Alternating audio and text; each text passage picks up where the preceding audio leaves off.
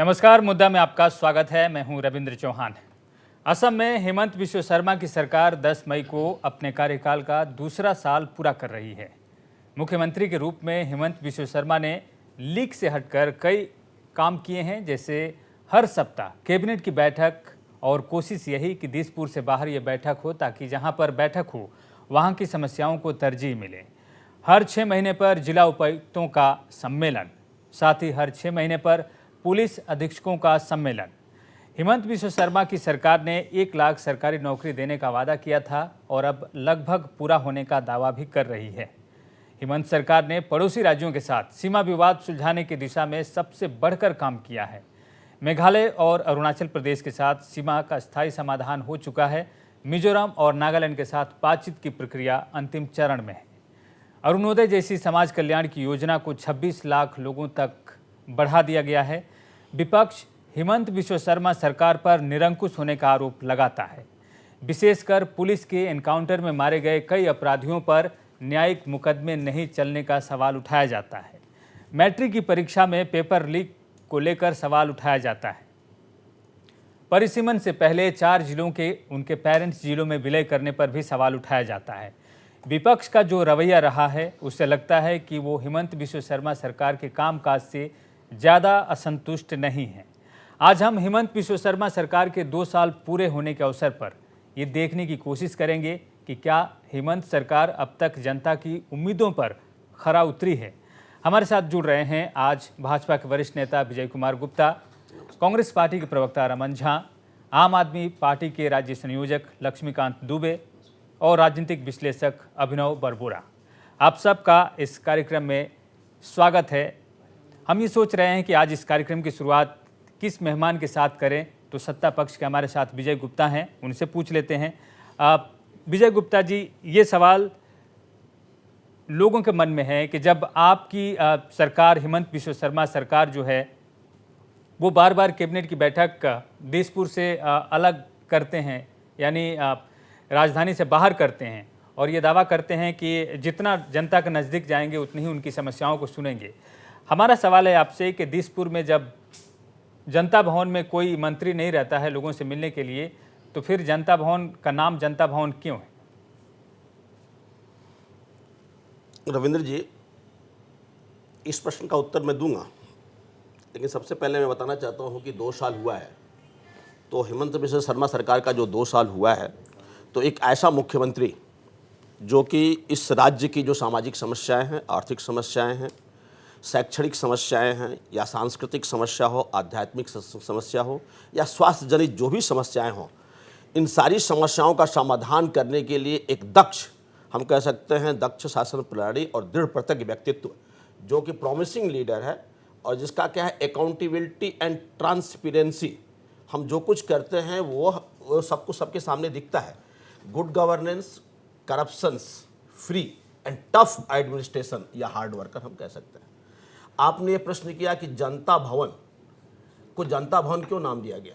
जी, हमारा ये सवाल था। हम इस सवाल को थोड़ा साफ कर दें। जनता भवन में आजकल हम देखते हैं कि मुख्यमंत्री ने ऐसा कर दिया है कि ज़्यादातर जो बैठकें होती हैं दिसपुर से बाहर होती हैं जी। तो जनता भवन जो जगह है वहाँ पर जनता जाती है अपने प्रतिनिधियों से मिलने के लिए। क्या वो प्रतिनिधि वहाँ पर हैं? यही सवाल हमारा था। हमारी ये कतई मानना नहीं है कि वहाँ पर मंत्री होते हैं कि उसी नहीं बात का उत्तर दे रहा हूँ। जी। क्या है कि एडमिनिस्ट्रेशन जो है, अगर एक जगह उसका डिसेंट्रलाइजेशन हो, अगर जो है सरकार या सरकार के कर्मचारी या डीसी या एसपी जो भी हो, वह अगर सबके दरवाजे पे पहुंच सके, जिले जिले में पहुंच सके, इसके लिए आज पहले होता था कि कैबिनेट मीटिंग होता था जनता भवन के अंदर में। अब इस बार उनके 1 साल के दौरान 72 कैबिनेट मीटिंग हुए और 966 डिसीजन हुए, जिसमें हम आपको बताते हो, मेरे खुशी हो रही है कि 86.33% इम्प्लीमेंटेशन हो चुके हैं। तो जब हम जाकर के, हमारे जब मंत्री जाते थे उसको अटेंड करने के लिए, तो आते वक्त और जाते वक्त रास्ते में देखते थे कि रास्ते की क्या समस्याएं हैं, लोगों से मिलते थे, लोगों से मिल करके उन समस्याओं का समाधान या उस कैबिनेट में वो भी जो है डिस्कशन पॉइंट आता था। और जहाँ तक जनता भवन की भीड़ की बात थी, लोग पहले सिर्फ जनता भवन जाते थे। अब तो देखिए हमारे मुख्यमंत्री ने ये भी कहा है कि एक एक कंस्टिट्यूएंसी में, एक एक विधानसभा में हम डिप्टी कमिश्नर का ऑफिस लेके आएंगे, जहां पे एडीसी, एडिशनल डिप्टी कमिश्नर बैठेगा।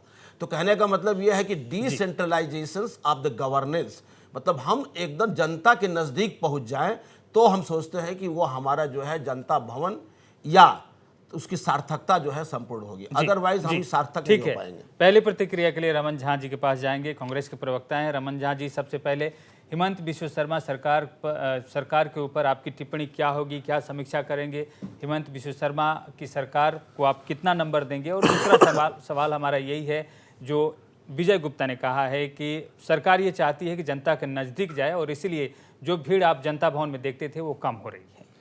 देखिए, सबसे पहले तो हम यही कहेंगे कि ये जो सरकार है, आपने कहा कि हेमंत बिश्व शर्मा की सरकार 2 साल की सरकार, तो ये सरकार 8 साल की सरकार है। इससे पहले दूसरे मुख्यमंत्री थे, अभी हेमंत बिश्व शर्मा असम के मुख्यमंत्री हैं। ये भाजपा की 8 साल या 7 साल की सरकार है, 8वें साल में ये प्रवेश करेंगे। लेकिन ये जो 2 साल गया है, ये 2 साल की सरकार जनता से दूर रही है। जनता के समस्याओं को समझने के बजाय यह सरकार जनता पर निरंकुश और तानाशाह शासन चलाने का प्रयास कर रही है। यहाँ पुलिस न्याय करती है कि कौन दोषी है और कौन दोषी नहीं है।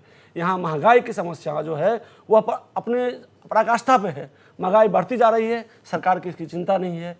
कर्ज के तले असम की जनता दबी जा रही है, सरकार को इसकी चिंता नहीं है और वो कर्ज पे कर्ज लिए जा रही है।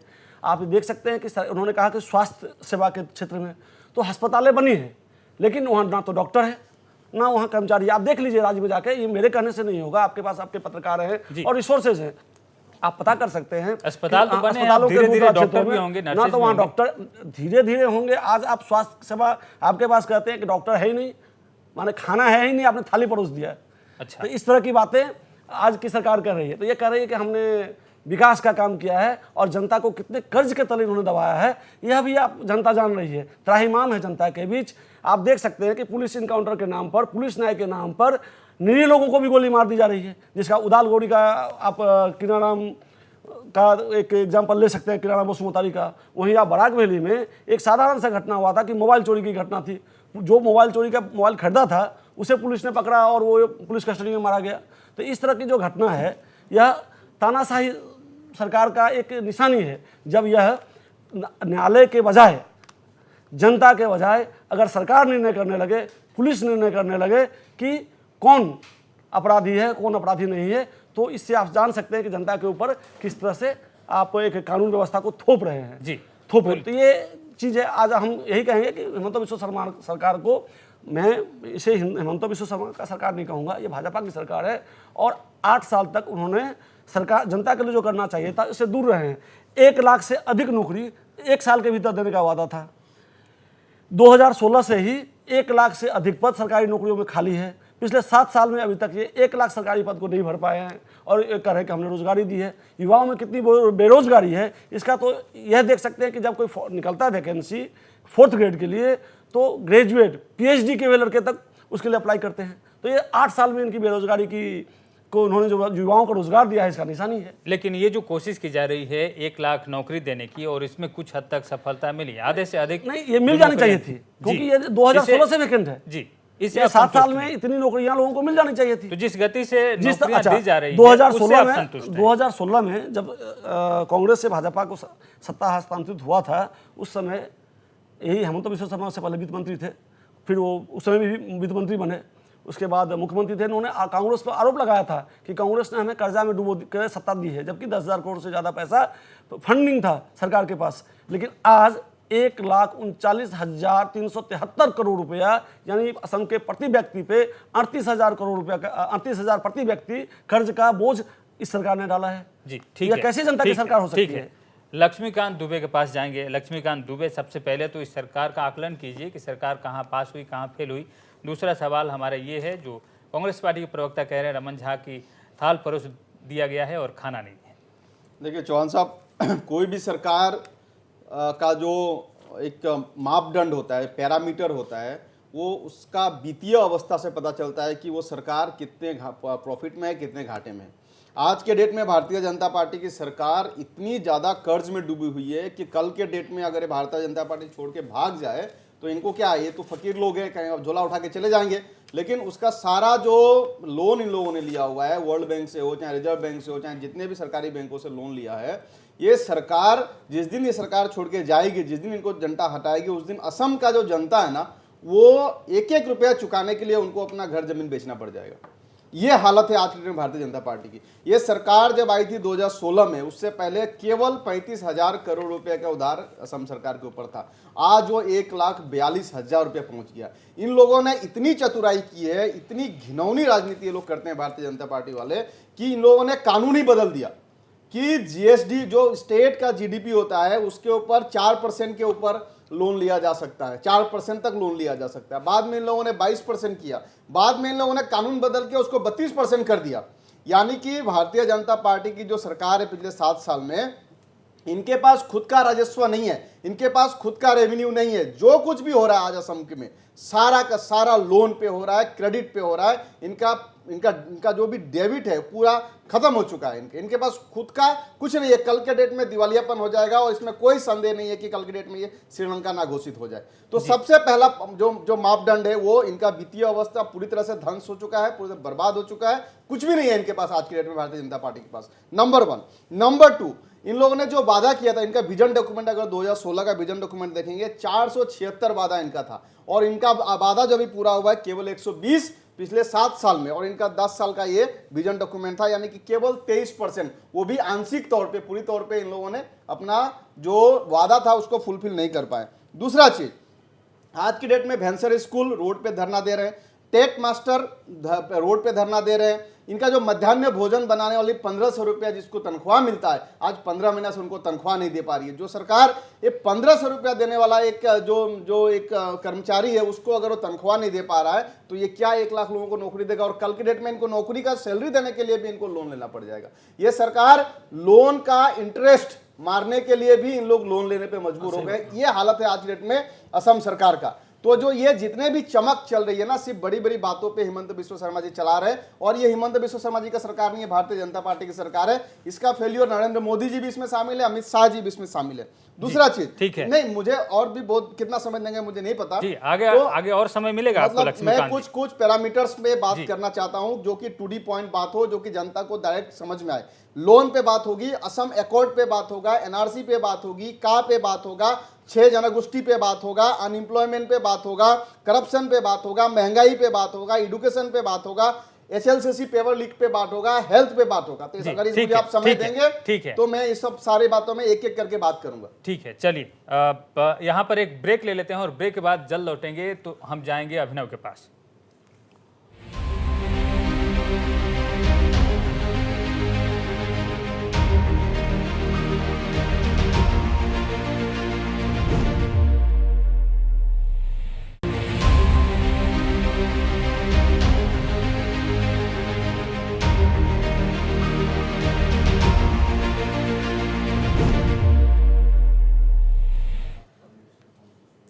ब्रेक के बाद मुद्दा में आपका स्वागत है। हम बात कर रहे हैं हिमंत बिस्वा शर्मा सरकार के 2 साल पूरे होने पर उनके कामकाज के आकलन को लेकर क्या समीक्षा है, लोग क्या कह रहे हैं और जनता की उम्मीदों पर सरकार कितनी खरी उतरी है।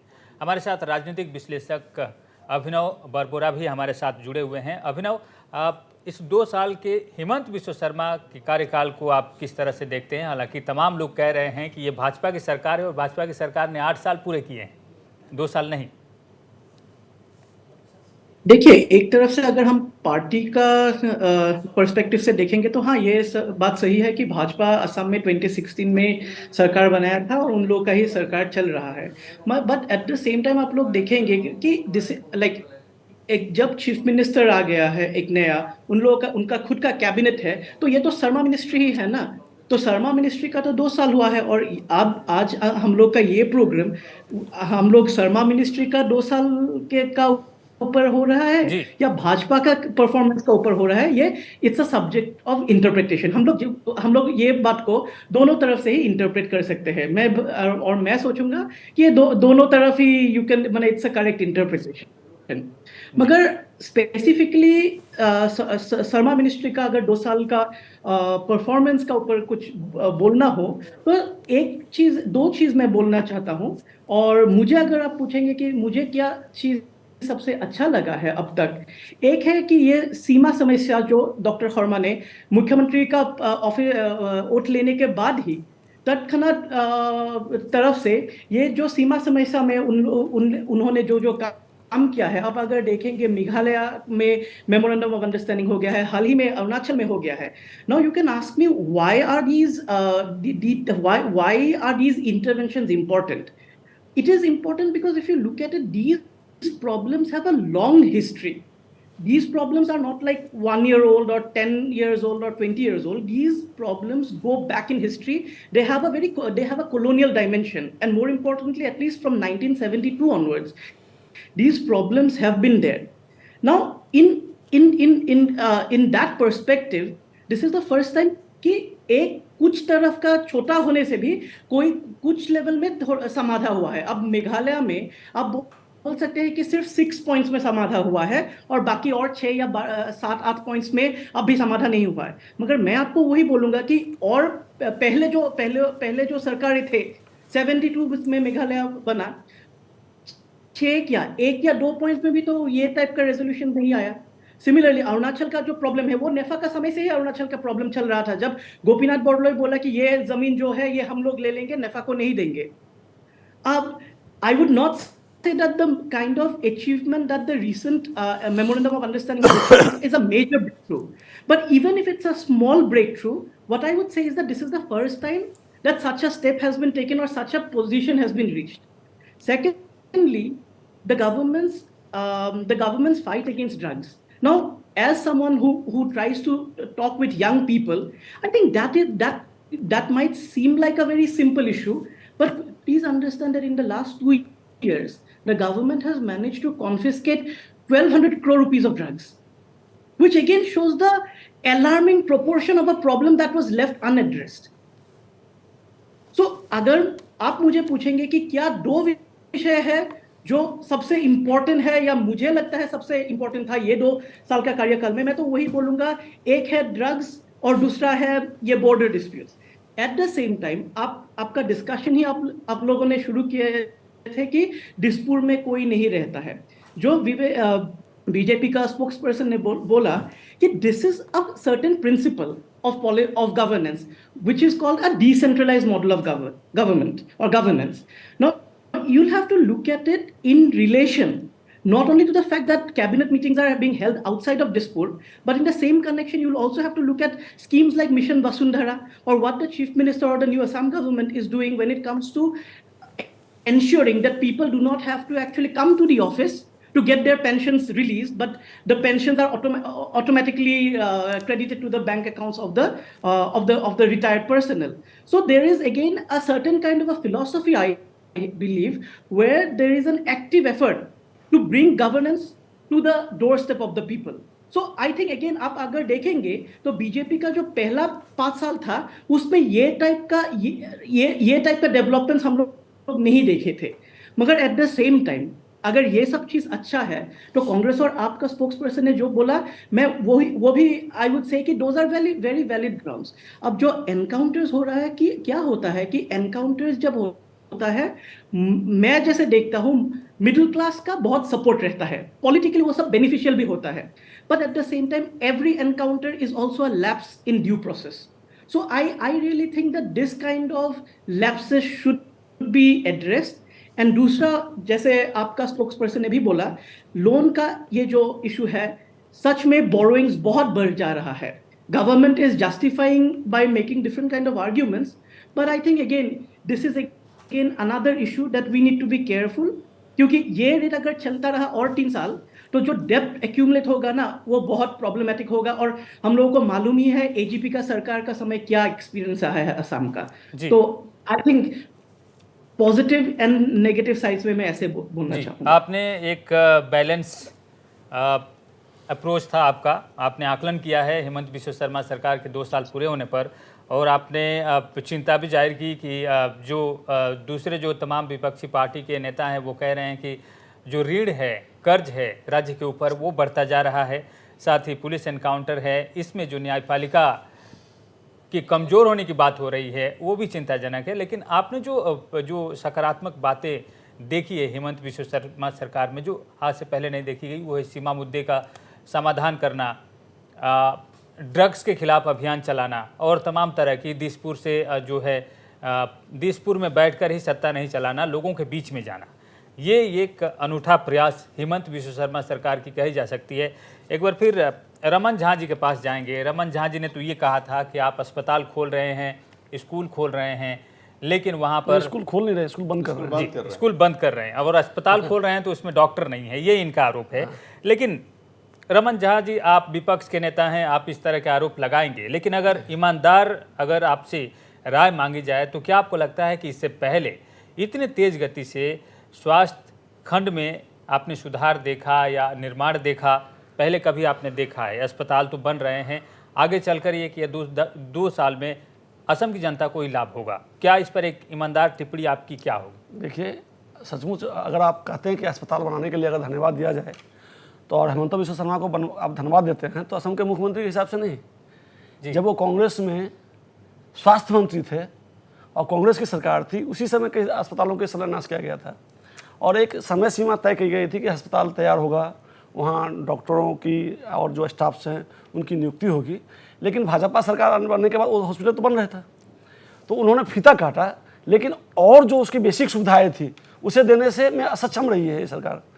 तो कांग्रेस के स्वास्थ्य मंत्री के हिसाब से हम उन्हें अगर बधाई देते हैं तो नहीं, अगर भाजपा में मुख्यमंत्री के बनने के बाद अगर वो क्रेडिट लेते हैं तो उनकी विफलता को मानना पड़ेगा, इस विफलता को, कि वो डॉक्टर नहीं दे पाए और ना ही वहाँ वो स्वास्थ्यकर्मी दे पाए। दूसरी बात, आपने सीमा विवाद का बात कहा है, तो जो सरकार जाति माति भेटी की सरकार थी, जिस सीमा समस्या का 1971 या 72 से समाधान नहीं हुआ था, अभी अभिनव जी ने भी कहा है, यह सरकार ने एक MOU बनाकर यह सीमा विवाद को सुलझाने की बात तो कही है, लेकिन हम सरकार से आग्रह करते हैं कि सरकार उस MOU को सार्वजनिक नहीं करे और यह सुनिश्चित करे कि उन्होंने अपने पड़ोसी राज्यों की असम की कितनी भूमि दी है और उनसे असम को क्या मिला है, और उसको पढ़ लीजिए ना। नहीं, असम के भूमि नहीं, हम बता रहे हैं ना, उसमें देखिए अभी भी समझौते के बाद भी अरुणाचल के सीमा पर सीमा विवाद हुआ, ग्रामीणों के बीच संघर्ष हुआ, यहाँ तक कि गोलीबारी हुई।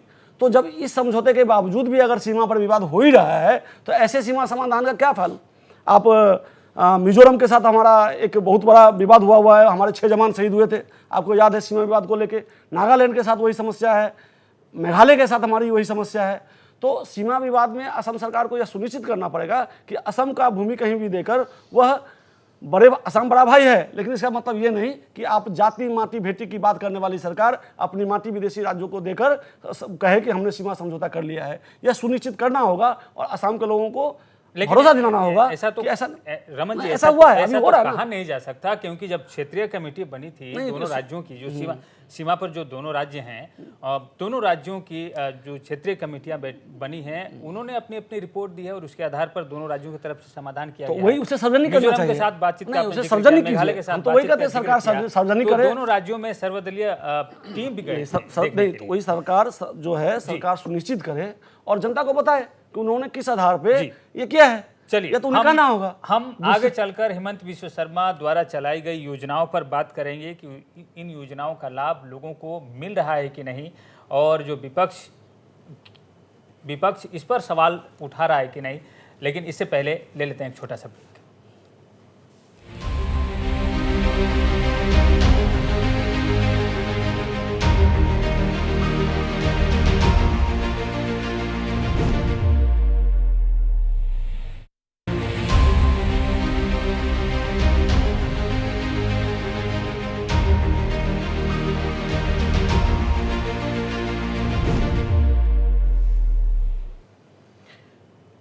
ब्रेक बाद मुद्दा में आपका फिर से स्वागत है। हम बात कर रहे हैं हेमंत बिश्व शर्मा सरकार के 2 साल पूरे होने पर कितना उनकी नीतियां सही रही, और इस पर सवाल उठा रहे हैं जो विपक्ष के नेता हैं। वो विपक्ष के नेताओं का कहना है कि जो सरकार सीमा विवाद को सुलझाने के लिए जो समझौता कर रही है, वो जनता के बीच में नहीं आ रहा है कि वो कितना ज़मीन पड़ोसी राज्यों को दे रही है। इस पर विपक्ष जो है वो जो इस पर साफ होना चाहता है कि क्या ज़मीन दी गई है असम की ज़मीन पड़ोसी राज्यों को। दूसरा सवाल विपक्ष ये उठा रहा है कि राज्य के ऊपर आर्थिक बोझ बढ़ते ही जा रहा है, पहले से ज़्यादा कर्ज होते जा रहा है। हमारे साथ भाजपा के विजय गुप्ता हैं। विजय गुप्ता, इसका जवाब दीजिए। मैं रमन झान जी ने कहा कि गोली मारी जाती है, लॉ एंड ऑर्डर की बात की। देखिए, मैं बता दूं कि अपराध मुक्त असम, यह हमारी सरकार का जो है ये प्रतिज्ञा है कि हम अपराध मुक्त करेंगे। इसीलिए देखा अगेंस्ट ड्रग ट्रैफलर्स, आज देखिए 4691 लोगों को अरेस्ट किया गया, 781 करोड़ रुपए का वैल्यू सीज किया गया, हीरोइन 112 किलो, गांजा 49,000, tablets 52 lakh, cup syrup 21 lakh, opium 215। तो इस तरीके से एक गवर्नमेंट जो कि प्रतिज्ञाबद्ध है कि हम अपराध मुक्त असम बनाएंगे, इनको उसके लिए भी तकलीफ होती है कि असम हमारा अपराध मुक्त नहीं हो, ये इनकी बात है। दूसरी बात, आप लोगों को पकड़ के गोली नहीं, आप मैं बोला था, आप बोलिए मत, please please don't speak, don't speak. मैं चुपचाप सुन रहा था। मैं ठीक है, आप ठीक है विजय जी। मैं मेरे पास में 44 पॉइंट है बोलने के लिए, लेकिन आपने हमको समय नहीं दिया। लेकिन मैं आपको जो बोल रहा हूं उसको कम से कम ध्यान से सुनिए। बॉर्डर डिस्प्यूट की बात आई, 1972 के बाद में कितनी सरकारें गई, लेकिन ये पहली सरकार और पहली बार दोनों सरकार मिल करके ही बातचीत की। ऐसा नहीं है कोई एक तरफा हुआ, एक्स पार्टी हो गया है, और कोई गुपचुप नहीं है। ये सारा कुछ कागज पे है, सारा कुछ मेमोरेंडम में है। अगर सरकार के ऊपर इतना अविश्वास होता है कि दो सरकारें, कोई विदेशी सरकार नहीं है, ये अरुणाचल की सरकार या मेघालय की सरकार और असम की सरकार मिलकर के बॉर्डर डिस्प्यूट करी है, जो कि सिंस 1972 पेंडिंग था। 52 साल में जो काम नहीं हुआ वो काम हुआ है। इसके लिए मैं मुख्यमंत्री हेमंत बिस्वा शर्मा को बधाई देता हूं। अब वित्तीय स्थिति की बात हमारे दुबे जी ने भी कही, अभिनव ने भी कहा। मैं थोड़ा सा बता देना चाहता हूं कि वित्तीय अवस्था के बारे में जीडीपी जो होता है वो पहले कितना था, लाख, 2 लाख, 3 लाख क्रॉस नहीं किया, लेकिन इस बार 4,93,000 हमारा जीडीपी है। हमारा रेवेन्यू रिसीप्ट लास्ट 21 और 22 के एस्टीमेट से 4% बढ़ करके 99,670। हवा में बात करने से नहीं होता, मैं तथ्यों की बात कर रहा हूं। एफआरबीएम आज 4% ही है, वो उसके लिए जो है आरबीआई और गवर्नमेंट ऑफ इंडिया ने लोन देती है। लोन देने का मतलब क्या है, कर्जा हम लिए हैं, किस लिए लिए हैं?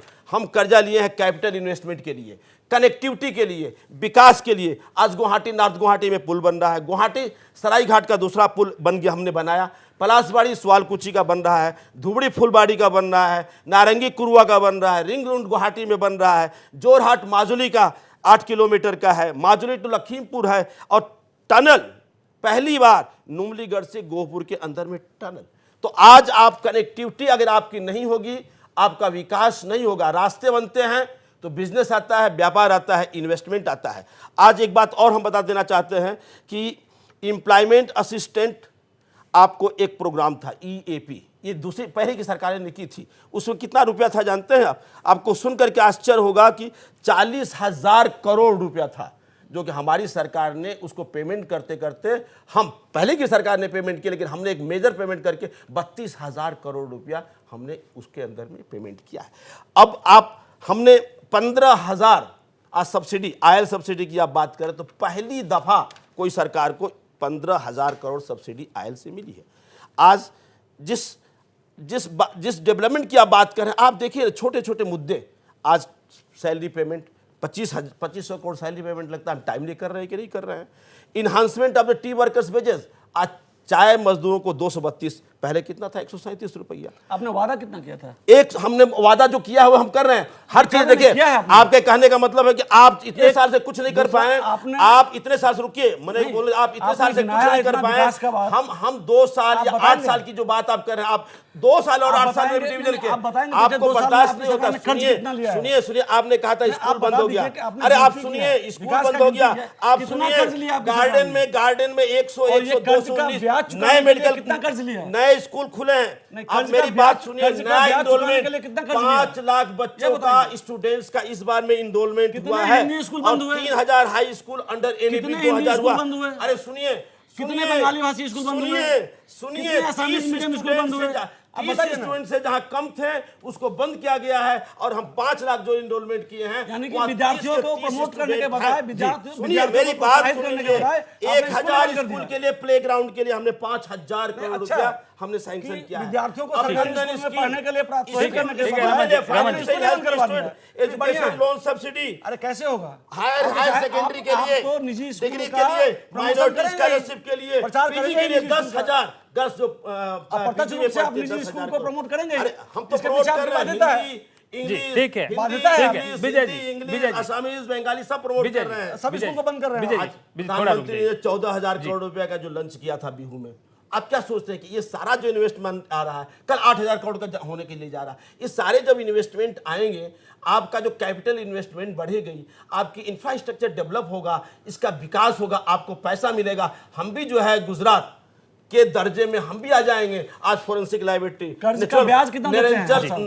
अरे वो तो हम कमाएंगे, हम देंगे। आपको क्या तकलीफ देख, होता है? अभी तो कर्ज ठीक का है। ब्याज देने और के लिए भी कर्ज ले रहे हैं आप। हम मेंटेन करते हैं, हमारा बजट आप 13,000 करोड़ FRDO, आपने ठीक है। ब्याज वो कर्ज जो का है, पैसा से ब्याज चुका है। वो आपका चिंता नहीं है। कैसे चिंता नहीं है? आपका चिंता कल नहीं जब है, वो आपकी हमारी सरकार चिंता है। आएगी, ठीक है, वो विजय हमारी जी, आपकी चिंता है। सरकार जाएगी, हमारी तो आप बहुत चिंता है। जनता को और भी सुनिए, सवाल होंगे, सुनिए, विजय आप जी, तो चले जाएंगे। और भी सवाल होंगे, तब आप बता दीजिएगा, बाकी जो बचे हैं आप नहीं, वो तो डिस्टर्ब करते हैं नहीं, ना। ठीक है। हमारे कहने का मतलब ठीक है, हमारी बात को ठीक आप है। शांति से सुनिए ठीक है। और आप लिख लीजिए, जवाब दीजिए, जैसे मैंने जवाब दिया। जी, लिख ठीक के। है, ठीक है, ठीक है, आपको आगे होना बढ़ते चाहिए। हैं, आगे बढ़ते आपको हैं, आप बोलने नहीं देंगे। आगे बोलने बढ़ते क्यों हैं, नहीं तब तो देंगे? हम अरे तो- बोलने की स्वाधीनता है। आगे बढ़ते हैं। स्वाधीनता हम है। भाजपा वाले थोड़े ही हैं जो अरे भाई, बोलेंगे। हमको 44 पॉइंट बोलना है, तो हम थोड़ा ही आपको लोकसभा में 6-7 स्पीकर पॉइंट बंद कर बोलना देते है। हैं। ये 4 घंटे अरे का होना हमारी चाहिए। सरकार ने ठीक कभी है। लोकसभा में एक स्पीकर बंद नहीं घंटे का किया। शो नहीं, ये तो 4 भाजपा घंटे का की शो सरकार है, होना बोलने ठीक है नहीं देती। विजय जी, ठीक है, आपके पास बहुत सारे उपलब्धियां हैं, आप गिना रहे हैं, लेकिन साथ ही सवाल है। सवाल रमन जी के पास है, लक्ष्मीकांत दुबे जी के पास है, लेकिन रमन जी टोक रहे थे, इसलिए अगर वो संक्षिप्त में सवाल आपसे करना चाहें तो हम उनको मौका देते हैं, वरना हम लक्ष्मीकांत दुबे के पास जाएंगे। नहीं, यही हमने इनसे पूछा कि यह जनता को सुरक्षित करें। इन्होंने गिनती करवाया कि हमने इतने विकास के काम किए, इतने ब्रिज बनाए, इतने पुल बनाए। यह जनता को यह भी कह दे कि इतने ब्रिज बनाने के लिए उन्होंने कितने लाख करोड़ रुपया कर्ज लिया है और उस कर्ज का ब्याज चुकाने के लिए कितना कर्ज लिया है, यह जनता जानना चाहती है, क्योंकि अंत में इसका भुगतान जनता को ही करता है। तो ये सरकार की पैसा है, जनता का पैसा है, किसी दल का, चाहे कांग्रेस हो, बीजेपी हो, आम आदमी पार्टी हो, कम्युनिस्ट पार्टी हो, ये इनका पैसा नहीं है। ये जनता के गाढ़ी कमाई से जो हम टैक्स लेते हैं उसका पैसा है। आप कर्ज लेकर विकास की बात करते हैं। अब मैं विजय जी, उत्तर दूं आप- क्या? जी, आप- संक्षिप्त आप- में मैं उत्तर दें। संक्षिप्त उत्तर देता हूं। इनको एक्चुअली ये क्या है ना सुनिश्चित कि इनको फाइनेंस का जो है ना कोई कॉन्सेप्ट ही पता नहीं है। नहीं, आप हम- ही नहीं, हैं, बता सुनिए, दीजिए ना। आप हमारे पास नहीं है, आप बता अरे- दीजिए। अरे मैं बोल तो रहा हूं, सुन क्यों नहीं रहे जी, जी, हैं? जी, मुफ्त में ब्रिज नहीं बनते हैं, कहाँ बनते मुफ्त में रास्ते नहीं बनते हैं, मुफ्त में फ्लाईओवर नहीं बनते हैं, मुफ्त में जो नेशनल फॉरेंसिक साइंस यूनिवर्सिटी नहीं कर्ज लेके बनती। बिल्डिंग मेडिकल कॉलेज की जो आपने बात किया फ्री में नहीं बनती है। आपने कितना मेडिकल कॉलेज बनाया? अपने दिल पे हाथ रख के देखिए, सुनिए एम्स से सुनिए, लेके बोलिए मत, इसरो, सुनिए, DRO, आप बोलिए मत, ठीक है, सुन लीजिए, सुन प्लीज लीजिए। Please don't speak. मैं उन्होंने कहता हूं कि सवाल किया। आप बोलिए मत, आपने सवाल किया, इसका जवाब आप दिया मत मैंने। बोलिए। आपने सवाल किया, मैं जवाब दे रहा अभी आप हूं। सवाल जवाब कर रहे थे। हिम्मत होनी चाहिए ठीक है, जवाब जवाब सुनने दे रहे के हैं, लिए, जवाब आप हिम्मत होनी चाहिए। ठीक है। मेडिकल कॉलेज आज जो बना है उससे प्रोडक्ट निकलेंगे, एमबीबीएस लड़के निकलेंगे। आज 4 साल 5 साल के बाद में आपके पास डॉक्टर भरपूर हो जाएंगे। 11 मेडिकल कॉलेज है। आप सोचते हैं कि मेडिकल कॉलेज बना देंगे तुरंत डॉक्टर आ जाएंगे। हम प्रोसेस है, प्रोसेस और प्रोसीड्यूर में आपका विश्वास नहीं है, इसलिए आपने जनता का बेवकूफ बनाया 50 साल तक। ठीक है, अब ठीक है, आप ठीक है। जनता को बेवकूफ बुद्धिमान बना बना रहे हैं। हम आप दोनों को हमने सुना, जनता को ठग के ठीक है, बुद्धिमान बना रहे हैं। हमने दोनों को सुना और दर्शक भी सुन रहे हैं कि आपने जो जवाब दिया उससे कितना दर्शक भी संतुष्ट हैं। लक्ष्मीकांत दुबे, आप आम आदमी पार्टी का प्रतिनिधित्व करते हैं और आम आदमी पार्टी इसलिए जानी जाती है कि वो जनता के हित में फ्री में कई जो सेवाएं हैं वो दे रही हैं। कई बार सवाल उठता है आम आदमी पार्टी के ऊपर में कि बिजली और पानी और तमाम तरह की सेवाएं जो हैं फ्री में दी जाती है, और तब आपसे सवाल होता है कि क्या ये खर्च बोझ नहीं है सरकार के ऊपर में। और आज आप सरकार पर सवाल उठा रहे हैं कि असम सरकार पर इतना कर्जा होने जा रहा है। ठीक है, कर्जा होने जा रहा है। कभी आपने विधानसभा में ये पूछा सरकार से कि ये कर्जा होने जा रहा है तो सरकार इसकी भरपाई कहाँ से करेगी, कैसे करेगी? क्या ये जो योजनाएं शुरू की गई है, ये जो स्वास्थ्य क्षेत्र में सुधार हो रहे हैं, मेडिकल कॉलेज बन रहे हैं, स्कूल बन रहे हैं, या जो भी चीज़ें बन रही हैं, इस पर जो खर्च आ रहे हैं, क्या वो नहीं करने चाहिए सरकार को? देखिए चौहान साहब, भारतीय जनता पार्टी जितनी आसानी से इस लोन वाले मुद्दे को किसी और एक डायरेक्शन में लेके जाना चाह रही है, आम आदमी पार्टी इसको छोड़ने वाली है नहीं। आम आदमी पार्टी एक टेक्निकल पॉलिटिकल पार्टी है। इनके पास रिसर्च, हमारे पास रिसर्च भी है, डाटा भी है और तथ्य पे हम लोग बात करते हैं। आज गुप्ता साहब जो बात कर रहे हैं, एक दिन तथ्य पे बात कर रहे लीजिए। हैं। आपको एक डिस्टर्ब दिन नहीं इनको किया। नहीं, मैं बोलता हूं ना, आप जो बोलते महाराज हैं आपको डिस्टर्ब तथ्य नहीं हम किया। जगह नहीं देंगे। महाराज आपको डिस्टर्ब नहीं डिस्कशन किया। करा लीजिए ना। बोलने मुझे दीजिए, बोलने लक्ष्मीकांत दीजिए, मुझे बोलने दीजिए। आप बहुत सीनियर हैं, उम्र में बहुत बड़े हैं आप, तो आपका ज़्यादा एक्सपीरियंस है। लेकिन तथ्य पे ही बात होगा। मैं कह रहा हूं कि ये कह रहे हैं कि डोमेस्टिक जो प्रोडक्ट है, जीडीपी जो है, उस पे ये लोग लोन ले रहे हैं, बहुत अच्छी बात है। अगर जीडीपी ही पे आप लोन ले रहे हैं, यानी कि आपका जीडीपी बढ़ रहा है, तो फिर आप ये एफआरबी एक्ट को क्यों आगे बढ़ा दिया?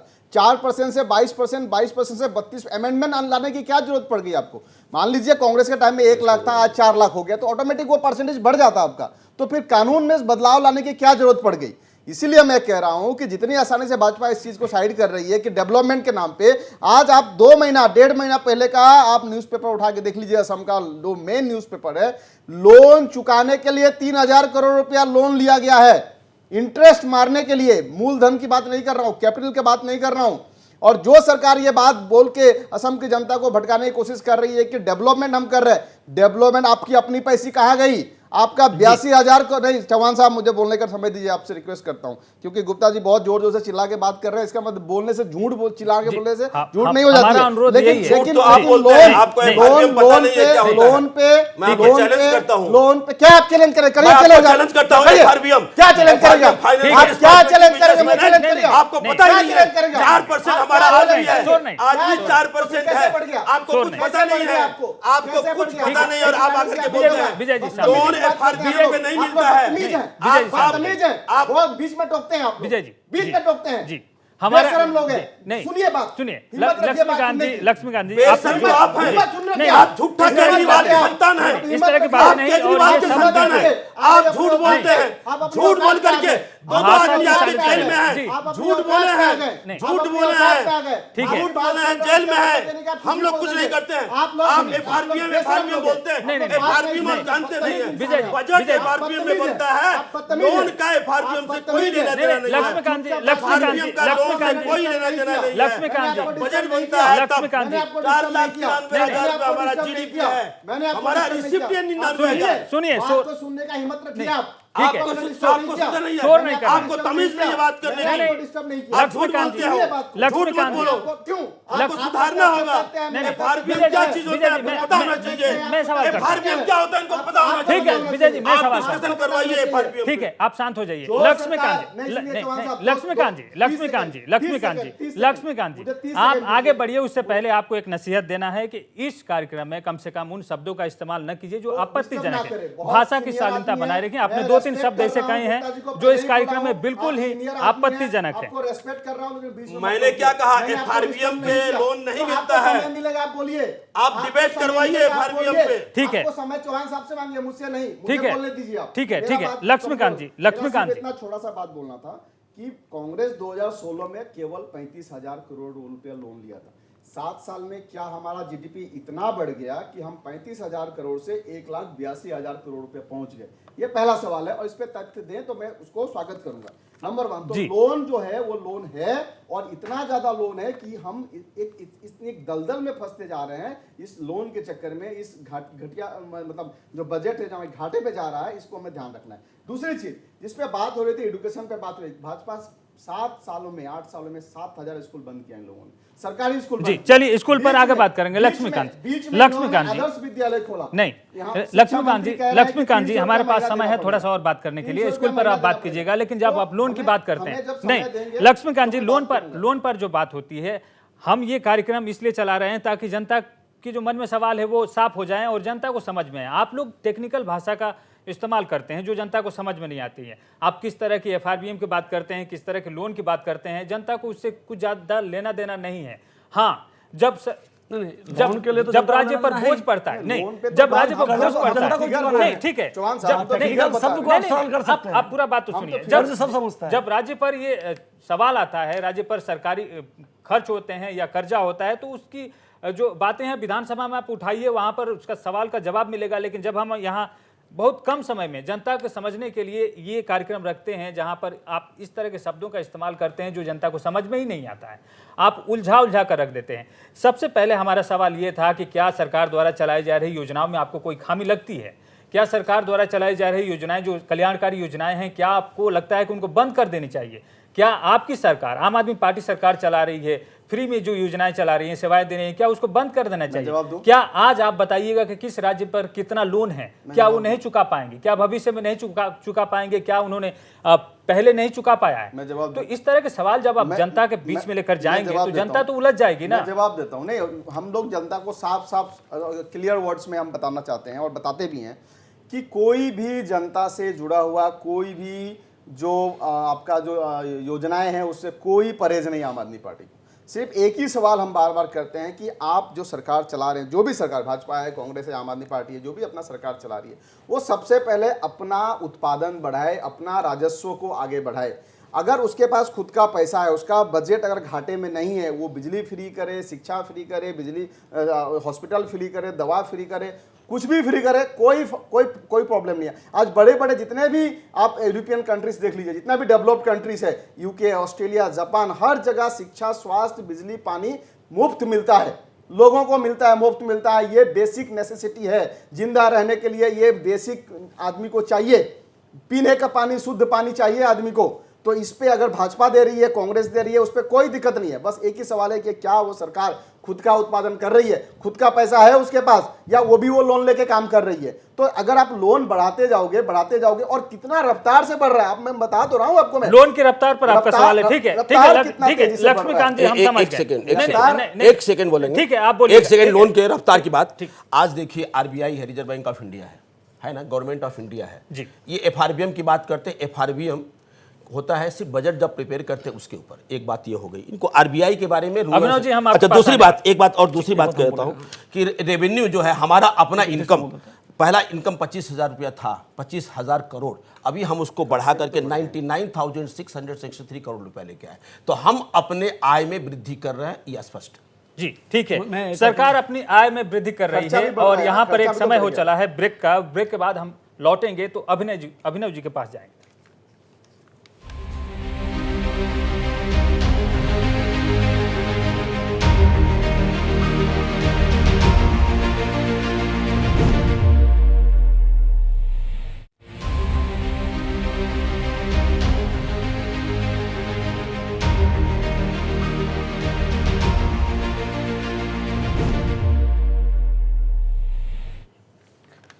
ब्रेक के बाद मुद्दा में आपका स्वागत है। हम चर्चा कर रहे हैं हिमंत बिस्वा शर्मा सरकार की 2 साल पूरे होने पर कितना सही, कितना गलत और जनता के बीच क्या संदेश गया है सरकार का।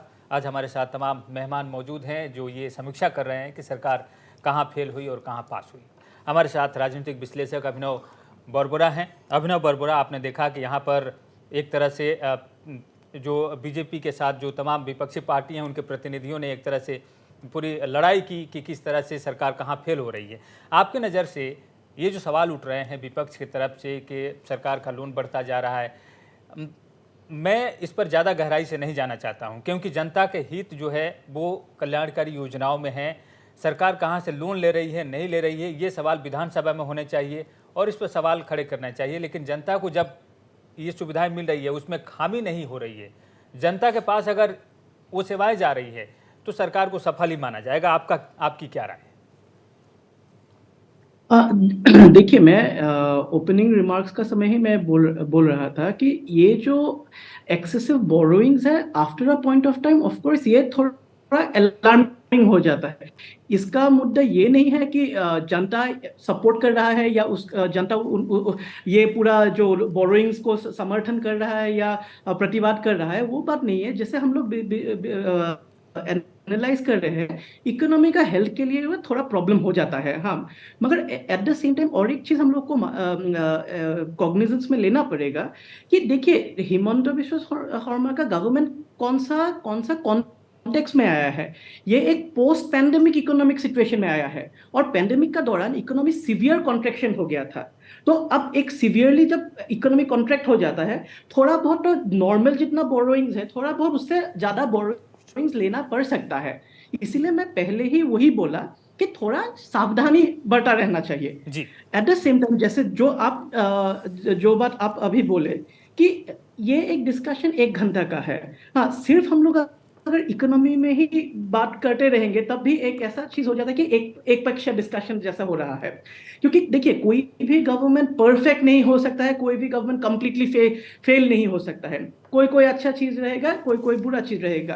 अब एक चीज जो मैं इवन बीजेपी स्पोक्सपर्सन ने भी अब तक बोला नहीं है, मगर मैं मानता हूं कि एक मेजर अचीवमेंट है शर्मा मिनिस्ट्री का, वो है इंसर्जेंसी प्रॉब्लम। इनफैक्ट अगर आप लोग देखेंगे तो 2016 में जब बीजेपी आया था तो एक शांतिपूर्ण असम का बात बोला था। और अगर आप देखेंगे 2021 में डॉक्टर शर्मा मुख्यमंत्री बनने के बाद ही ऑलमोस्ट कार्बी इंसर्जेंसी जो था वो कंप्लीटली खत्म हो गया। और उसका आप रिपरकशंस देखेंगे जब कार्बी आंगलोंग ऑटोनमस इलेक्शन हुआ था, आप लोगों का बीजेपी का स्पोक्स पर्सन वहां का ही इंचार्ज भी था, तो एक विशेष मैंडेट मिला क्योंकि ये टाइप का जो प्रॉब्लम्स था ना, ये प्रॉब्लम्स कंप्लीटली कार्बी इंसर्जेंसी खत्म हो गया। लास्ट आई थिंक 1 सप्ताह या 2 सप्ताह पहले डिमासा इंसर्जेंसी डीएनएलए जो एक बड़ा ऑर्गेनाइजेशन था, डीएनएलए के साथ भी सुक्तिबद्ध हो गया और डिमासा इंसर्जेंसी भी ऑलमोस्ट खत्म हो गया है। जी। और अब क्योंकि डिस्कशन शुरू ही हुआ था हम लोग का कि 8 साल देखेंगे या 5 साल 2 साल देखेंगे, अगर 8 साल भी देखेंगे, मैं मानता हूं कि बीजेपी का ये भी एक क्रेडिट है कि सोनोवाल जी का समय में भी जो बोडो थर्ड बोडो एग्रीमेंट हो गया और उसमें बोडो एलिमेंट मतलब बोडो सोसाइटी में भी जो थोड़ा बहुत डिस्कॉन्टेंट एलिमेंट्स था उन लोगों को भी प्रॉपर्ली मेन स्ट्रीमाइजेशन हो गया और आप वो लोग ऑटोनोमस डिस्ट्रिक्ट काउंसिल चला रहा है। हाँ, अगेन यहाँ I would expect personally कि अल्फा भी आ जाइए। That is again a place where the government needs to work more. But again, there are these achievements, but there are again areas where the government needs to work ji more again. जी, बहुत अच्छा आपने आकलन किया है और यही सवाल रमन जी से है। रमन जी, पिछले जो भी प्रयास हुए हैं वो हमने देखे हैं और अब जो पिछले कुछ सालों में हुए हैं, जहाँ तक अलगाववाद की समस्या है, इंसर्जेंसी की समस्या है, उसको ख़त्म करने के लिए इस ओर जो कदम बढ़ाए गए हैं, उस प्रयास को आप किस नज़र से देखते हैं? देखिए, सबसे पहले तो हम ये चीज़ कहेंगे कि गुप्ता जी ने भी कहा है और आपने भी कहा कि जनता को कर्ज के बारे में या टेक्निकल शब्दों में न फंसाए, तो सही है। हम आम आदमी हैं और आम आदमी की तरह हम कह रहे हैं कि सरकार ने जनता पर किस तरह का बोझ दिया है। मैं इस पर एक शब्द बोल दूँ, फिर मैं आपके सवाल का भी जवाब देता हूँ कि पिछले 2 साल में RBI ने 7% से 9.5% तक ग्रिप जो ब्याज दर है हाउसिंग लोन का, उस पर बढ़ा दिया है। यानी कि अगर कोई व्यक्ति 20 लाख का हाउसिंग लोन लेता है तो अब हर महीने उसके ऊपर ब्याज का 4 से 5 हज़ार रुपये का अतिरिक्त बोझ पड़ रहा है। ये साधारण सा सवाल है कि हर लोग हाउसिंग लोन लेते हैं और मैं बता रहा हूँ क्योंकि RBI ने 2.5% जी 7%। और मैं अगर गुप्ता जी कहेंगे या कोई कहेगा तो मैं भी इसका एक जीता जाता उदाहरण हूँ। मैंने जब 2020 में हाउसिंग लोन लिया था तो मुझे 16,800 रुपया ब्याज देना पड़ रहा था और वही सेम हाउसिंग लोन का आज मुझे 21,900 रुपया हाउसिंग लोन देना पड़ रहा है। तो मैं भी एक आम आदमी की तरह सोचता हूँ और आम आदमी के हिसाब से मैं कह रहा हूँ कि क्या हो रहा है आम जनता के साथ। इसका उत्तर में दूं। हम दूध दीजिएगा। और दूसरी बात है, अर्नब ने कहा कि इंसर्जेंसी की प्रॉब्लम या उग्रवाद की समस्या। तो सबसे पहले उग्रवाद 2010 के बाद से लेकर 2016 तक तरुण गोगोई के सरकार में ही अलगाववाद की कमर तोड़ दी गई थी। लेकिन जब आखिरी जब समझौता हुआ तो सुन लीजिए मैं पूरे बात को। अलगाववाद की कमर तोड़ दी गई थी, गाहे बगाहे अगर अलगाववाद जो है सो है। मैं आज भी कहता हूँ, आज भी अल्फा कहीं ना कहीं अपने स्थिति को महसूस करवाती है कि अल्फा है। चाहे अभी तक के जो प्रयास हुए हैं, क्या उससे आप संतुष्ट हैं कि नहीं? नहीं, मैं वही बता रहा हूँ ना। अभी केलो ने कुछ दिन पहले केलो का आत्मसमर्पण करवाया गया था, कहा गया था कि केलो पिछले दिनों लेकिन फिर मैं बता रहा हूँ उन्होंने फिर तोड़कर केलो फिर चला गया वापस जंगलों में उनका एक ग्रुप। तो ये कैसा समझौता था कि आधे लोग आए बाहर यानी कि चले गए। आप डीएनएलए की बात कर रहे हैं, डिमासा में भी जी नहीं, ठीक है। नहीं, चलिए, हमारे पास समय नहीं है, हम शांति व्यवस्था सरकार की प्राथमिक प्रक्रिया होनी चाहिए और इसके लिए में कोई भी सरकार हो, चाहे असम के में पिछली कांग्रेस की सरकार है, चाहे वर्तमान में सर्बानंद की सरकार रही हो, चाहे हेमंत बिश्व शर्मा की सरकार है या कोई भी सरकार जो आती है, अगर वह सरकार शांति प्रक्रिया में काम करती है तो हम उसका स्वागत करते हैं और साथ देंगे। ठीक है, समझ गए। कोई बात विजय जी, आप लेकिन संक्षिप्त में बोल रहा खत्म नहीं हूँ। हुआ। अभिनव जी ने जो बात उठाई थी मैं बोलने वाला था, लेकिन इन लोगों ने उलझा दिया और लोन के ऊपर में सो मेनी ग्रुप सरेंडर। मैं आपको बताऊं तो मैं खुद ही करबी एनलांग में था, डिमासा में भी था। मैं बता रहा हूँ आज बोडो, करबी और डिमासा सेवरल मिलिटेंट्स जो आउटफुट हैं उनके साथ में हमारा पीस रिकॉर्ड हुआ है, पॉलिटिकल स्टेबिलिटी है। इस बात को आप लोग नोट कर लीजिए। दूसरी बात आपने उठाई ये लोन की। देखिए, रेपो रेट जब बढ़ता है और घटता है, आरबीआई एक संवैधानिक संस्था है, हमारा उससे लेना देना कुछ नहीं होता है। फिर आरबीआई से पैसा अरे, क्यों ले लेते हैं? मेरी बात आप ले लेते हैं, आप ऐसी बात को मैंने आप लोग बात करते, बात को समझने का चेष्टा ही नहीं करते। हमें लगता है कि एक और तो वो लोन बढ़ेगा घटेगा, अब आरबीआई से लेते क्यों? आरबीआई का पैसा ले लेते हैं तो रेट बढ़ाएंगे इंटरेस्ट रेट। अब कई स्कीम, जैसे मान लीजिए आज हम प्रधानमंत्री आवास योजना की बात है, 10 लाख हाउस यहाँ पे मिला। हमारे कहने के बाद जीआई टैग के बारे में, सांस्कृतिक बात भी तो हमको कुछ कहने चाहिए। जियोग्राफिकल इंडेक्स गमछा के लिए कभी भी नहीं हुआ, तो ये कल्चरल हेरिटेज आपने मेंटेन किया है, इसको आप कम से कम इसको धन्यवाद दीजिए। नहीं, ये नया चीज आया और गमछा के लिए अरे धन्यवाद देते हैं। 11,300 इंडिकेशन जो है ये वो गमछा में पहली हर बार जगह तो पर मिला तो बिहू जो पहली बिहू बार के लिए भी धन्यवाद देते हैं। 11,300 लेकिन 100 करोड़ खर्चा पर आपत्ति है। इसके लिए आपको धन्यवाद ज्ञापित बिहू करना के लिए चाहिए। धन्यवाद ठीक है, है। विजय जी, 100 करोड़ खर्चा पर विजय जी, धन्यवाद अब हमारे होना पास समय चाहिए। नहीं है, हम लक्ष्मीकांत जी के पास आखिरी कमेंट के लिए जाते हैं। लक्ष्मीकांत जी, वार ऑन ड्रग्स और जो भी शत्रुओं की जो भूमि थी वो फिर से लौटाकर उनको दिया गया है। बहुत सारे ऐसे काम जो किए गए हैं वो मैं आपको गिना सकता हूं। बिहू में गिनीज रिकॉर्ड बना, जीआई टैग मिला और बहुत सारे ऐसे कदम उठाए गए हैं। लाचित बरफुकन की जो जन्म तिथि थी उसे दिल्ली में मनाया गया, पहली बार हुआ। इन सब चीज़ों को देखते हुए आप इस सरकार को कितना नंबर देते? देखिए, ये जितने भी काम आपने गिनाए ये सब सेकेंडरी कामें हैं। तो प्राइमरी कौन? प्राइमरी काम कौन सी होती है? प्राइमरी काम शिक्षा होती है, स्वास्थ्य होता है, बिजली होती है, फार्मर्स की इशू होती है, वहाँ काम नहीं हुए। अनएम्प्लॉयमेंट की इशू होती है। तो इस पे बात हो रही है क्या? इस पे अगर बात होती तो बाकी चीजों पे हम डेफिनेटली जाते। हम तो उसी पर बात कर रहे थे। कोई भी समृद्ध राज्य हो चाहे देश हो, उसका शिक्षा और स्वास्थ्य पे पहला बात होना चाहिए था। तो उस पर तो बात हुआ नहीं, शिक्षा पे तो कोई बात हो नहीं रही है। स्कूल बंद करवा दिया, आदर्श विद्यालय पे 300 महीना आप फीस ले रहे हो।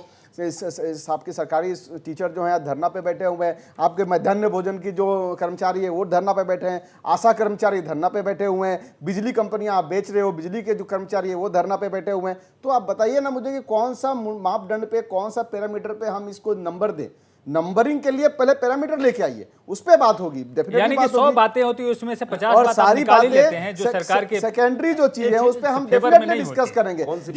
लेकिन हमें ये बताइए, वो बिजली कंपनी के कर्मचारियों की पक्ष हमें में ये बोल रहे हैं। बताइए कि ये जो मिनिमम चीजें हैं इस पे अगर बात नहीं होगी तो बाकी चीजों पे बात करके कैसे हम आगे बढ़ेंगे? चलिए। आप बताइए मुझे इस पर ना। मुख्यमंत्री इस पे कृषि discussion सामुदायिक करें ना। योजना इस पे फार्मर्स के लिए, जो फार्मर्स के लिए, ठीक है, समस्या- मैकेनाइज्ड सॉल्यूशन। ठीक है, फार्मर्स अब आप इशू है। हमारा एक सवाल अब गुप्ता देखिए, जी से है। प्रॉब्लम यही है कि जब बोलता हूं तो मुझे बीच में समाप्त बोल करना है देते इस हैं और फिर कार्यक्रम बोलता हूं तो को, बोलते हैं कि मुझे आप बोल समाप्त रहे हो। करना है इस कार्यक्रम को। लेकिन यहाँ पर ये कहना होगा कि सरकार की जो भी नीतियां हैं विपक्ष उससे सहमत आज भी नहीं हो रहा है। लेकिन जो भी हो, सरकार ने जो कदम सरकार अच्छा उठाए काम हैं, करेगी तो हम उसमें समर्थन कुछ ऐसे करेंगे, कदम बिल्कुल हैं करेंगे, क्यों हमारे नहीं? साथ सरकार कोई भी अभिनव अच्छा काम बरबुरा थे, करे, हम उन्होंने सरकार के कहा कि साथ कुछ ऐसे कदम हैं जैसे सीमा मुद्दे को सुलझाना, ये अभी सीमा पे ऐतिहासिक बोलने है। देते बोलता तो मैं। विपक्ष कभी सहमत नहीं अभी होगा, सुलझा लेकिन कहाँ है? विपक्ष सवाल उठाता जिस रहेगा और अरुणाचल से सरकार आप, उसकी सीमा अपनी समझौता का तरफ बात से करते हैं, अपने वहाँ तौर चल से रहा है। जवाब देते रहेगी। और यही था आज हिमंत बिश्व शर्मा सरकार के दूसरे साल पूरे होने पर उनका आकलन। हमारे साथ जुड़ने के लिए आप सबका बहुत बहुत धन्यवाद। नमस्कार।